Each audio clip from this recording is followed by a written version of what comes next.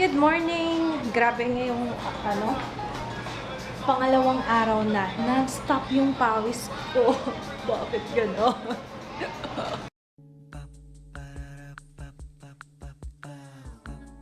This is my family.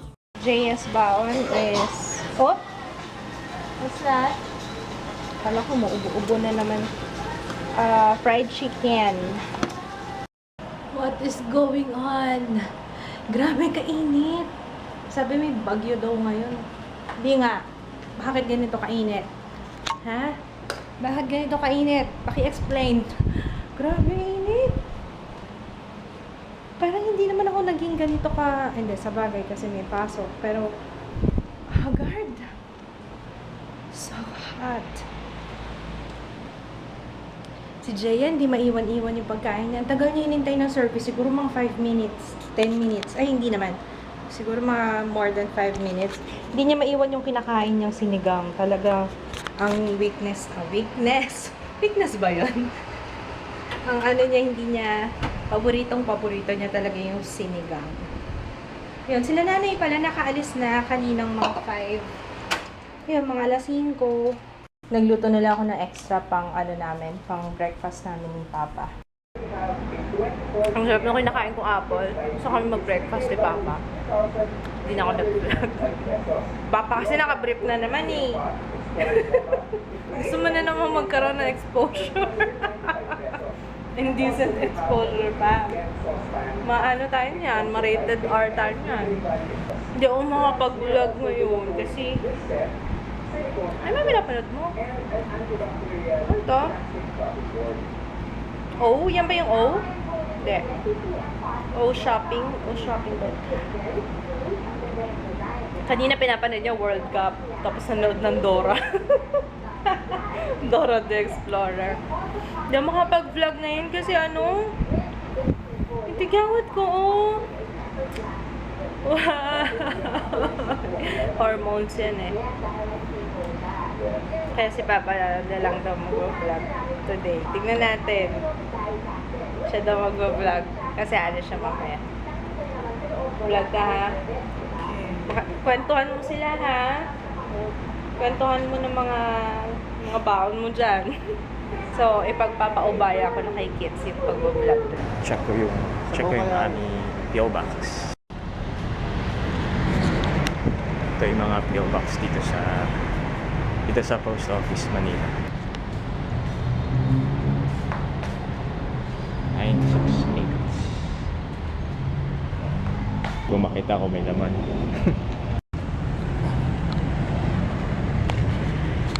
Ay, hindi ko nabutan yung PO Box. Malis na yung tao. Aga-aga, wala pang 5.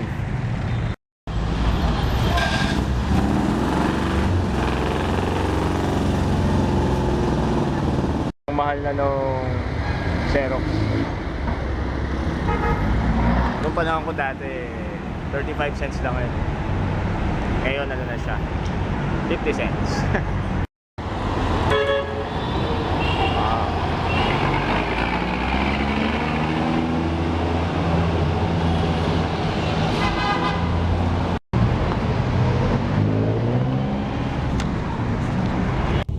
Cancel daw ang klase ngayon kasi signal number 1. Parang di naman. Oh. Ganda talaga ng truck na to. Close door.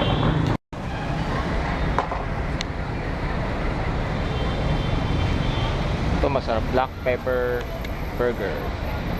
Buy one, take one. Magkano na itong black pepper burger? 59? 54 po. 54. Ano yung mabili dyan? Bacon cheese. Diba yung bacon cheese, diba? Yung dati ko binibili, 60. Ayan, bacon cheese burger. Buy one, take one, 60 pesos. Kaso, naubusan na. Masarap tong isa. Double chicken time. 43. Try natin yung double chicken time.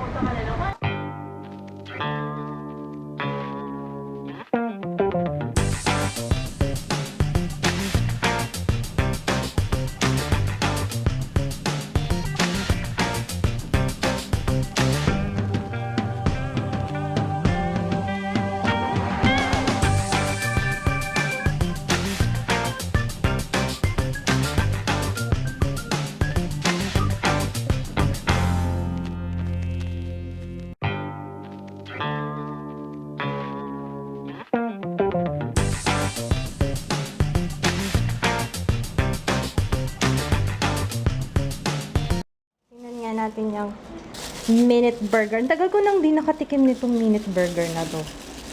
Ito lang yung mga, kanto-kantong burger. Na? Mas nauna. Ito yung mga Oy, masarap ang minute burger ha. In fairness, kahit yung Minute lang. 1 minute lang. Oh, mas masarap to kaysa sa yung ano yun? Yung burger machine, favorite ko doon yung roast beef. Yung roast beef talaga. Tsaka yung Sans Rival. Yung Angels, bago lang yung Angels. Tsaka yung, ano yan? Scott's. Ano yun? Yung isa pa, di ba may Scott's burger? Ano to? Double daw sa Jaya. Ano sabi mo, Jaya? Double chicken burger. Kain tayo. Last night, ang aga kong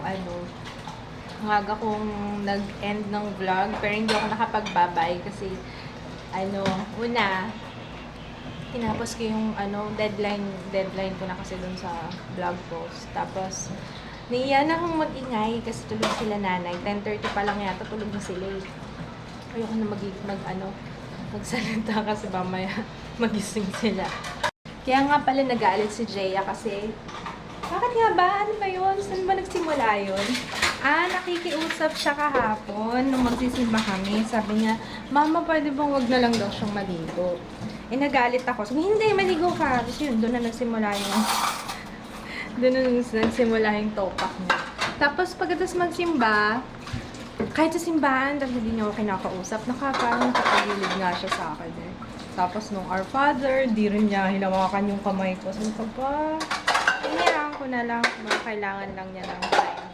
Tapos nung nandun na sa room, panay na sa akin. Kasi niloloko ko, sabi ko, mag-aano tayo, dilibre ko sa time zone, yung mabait. Nandun na kami sa room, kumakapit-kapit na sa akin. Kala ko bagalit ka sa akin. Nag-aaya na sa time zone. Pero hindi ko pinagbigyan kasi hindi niya ako kinakusap nung nandun kami sa simbahan. Church sa Aurora, Zamboanga del Sur noong Sabado. Nagkaguluhan. Kailan yan? Kanina lang? Sa mga namatayan dahil sa nangyari, imbis Pilipin. Mali. Ang pangit ng mga balita. Ang pangit ng balita Inabangan pa naman ni Kids. Yung bata daw na nabuhay, nakaburol na tapos gumalaw na, nakita lang pala nung kamag-anak na gumalaw lang yung ulo. Tapos inuwi na nila sa bahay. Hindi maganda. Sabi nabuhay daw. Kawawa naman si Papa. Nag-expect pa naman. Wag kasi basta-basta naniniwala sa balita. Ayun, pero I feel bad kasi wala talagang inuwi nila sa bahay, tapos pinuntahan ng health officer sa bahay para pakita wala na talagang pulso yung bata.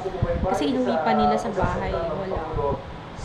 Ka-Viber ko sila Perfecta, saka sila Mafi. Hi, Perfecta and Mafi. Wala daw pasok bukas. Manila. From preschool to high school. Parang hindi ko naman na-feel yung hindi malakas yung hangin. Pero tingnan natin kasi minsan bigla-biglang bubuhos yung ulan eh. Pero mabuti naman, maaga pa lang sinususpend na nila yung klase. Pero malamang yan, lagi yung ganun nangyayari. Kapag maaga sila nagsususpend, parang wala lang. Parang walang ulan, walang bagyo. Pero pag hindi sila nagsuspend, doon talaga bumubuhos ng gusto yung ulan. Pero wag naman sana. Pero mabuti na lang din na sinususpend nila kagad. Para at least hindi na mahirapan yung mga bata. Diba? Yun, malapasok kaya tinawag ako si Papa at si Jaya kasi nasa labas sila. Bibili sila ng folder kasi kailangan ni Jaya ng folder bukas. Ang bilis ko magsalita. Ayun, nung sinabi ko kay Papa na wala pasok bukas, tapos sinabi niya kay Jaya, syempre reaction ni Jaya, yes!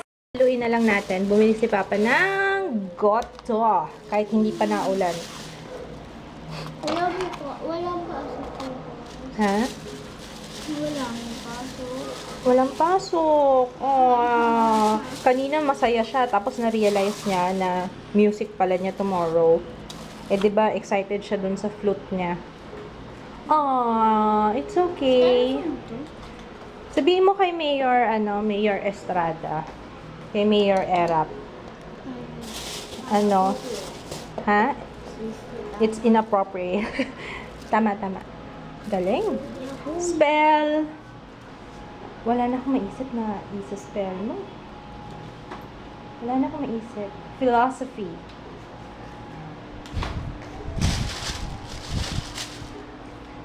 Ano, gusto niyo na kumain? Maya-maya na. Maya-maya na? Kaya, Patingin? Philosophy. Hakuna Matata. Kay Papa Bear, kay Mama Bear, kay Baby Bear. Parehong plain with egg sa kanila. Sa akin goto na halos wala. Ubus na kasi. Halos wala ng goto. Sunod kami ng firewall. Hi to Rix Maligaya. Hi! Hello po! Hello kay Vanessa Kagape and Jaden Brent Kagape. Hello! Hi ulit kay Franco of Project Beauty. And hello kay Elisa Kangas and Kangas. Kangas and Liza May Kangas. Hello! Hi! We're gonna say goodnight na. Ay, may a-add pala ako kasi kanina nakita ko yung clip ni Kids na pumunta siya sa post office. Baka kasi may magtanong. Kaya hindi niya na-check. Wala kaming own key nung post office, nung PO box kasi meron daw actually ang pagkaka-explain kay Kids dun sa post office, yung locksmith daw nila doon nag-retire na. So hindi nila mapalitan yung hindi nila mapalitan yung kandado and close the door ha. Hindi nila mapalitan yung kandado ng mga PO boxes. Hindi ko alam bakit ganun eh. Tapos hindi pa daw nila mapaayos. Sabi ko kumbaga parang iniisip ko nga sa tax na sinisingil nila, bakit hindi pa nila napapaayos yung PO boxes doon. So, ang kapag walang tao doon sa loob, hindi nakukuha, kumbaga hindi mo makukuha, matitingnan kung may laman yung PO box mo. Tsaka hindi nila doon nilalagay, kaya maliit lang din yung kinuha namin kasi hindi nila doon nilalagay yung mga mga packages, hindi nila doon nilalagay. Talagang kagaya rin nung pinapadala sa door to door, yung papel lang, ganun lang din yung nandun sa PO box. So, wala ring difference kahit kumuha nung malaki kasi ganun din daw yung mangyayari. Parang ganun yung procedure nila sa post office. Ayun, meron kasi ako ina-expect na package, parang gagawan ko ng review. Hindi ko nga alam eh. Alam niyo, minsan gusto ko nga kayong tanungin kasi yung iba, parang, syempre, kukontakin ako for review. Hindi ko naman alam. Although, I admit, makaka-benefit naman ako dun sa produkto na yon. Pero hindi ko alam kung magiging beneficial din para sa inyo. Yun, like I was saying, hindi ko alam kung magiging magbe-benefit din kayo from it kasi parang mostly naman ng viewers ko nandito sa Pilipinas, tapos hindi naman ewan ko, hindi ako bibili sa website na from international website, tapos syempre magastos yung shipping papunta dito sa Pilipinas, 'di ba? Aminado ako, parang hindi ko alam kung kung magiging okay para sa inyo yun, or 'di ba parang hindi practical yun. Kaya nga kung tutusin, mas okay yung mga online shop lang yun dito kasi mura lang yung shipping fee compared sa from abroad tapos papasok sa Pilipinas, parang mas mahal. Kaya nga yun yung aking point. Ayun, yun nga yung ina-expect ko na package. Pero pinag-iisipan ko pa kung okay siya or hindi. Pero hindi ko rin alam eh. Hindi ko rin alam. Pero talaga lagi kong iniisip syempre kung okay ba sa inyo, hindi para lang makagawa ko ng video. Anyway, yun lang. Ang dami. Pag ako nagsalita, talaga litanya. Pasensya na kayo. Anyway, we're gonna say goodnight. See you tomorrow. Bye! Bye, baby! Bye, Papa! Si Papa talong na. Good night!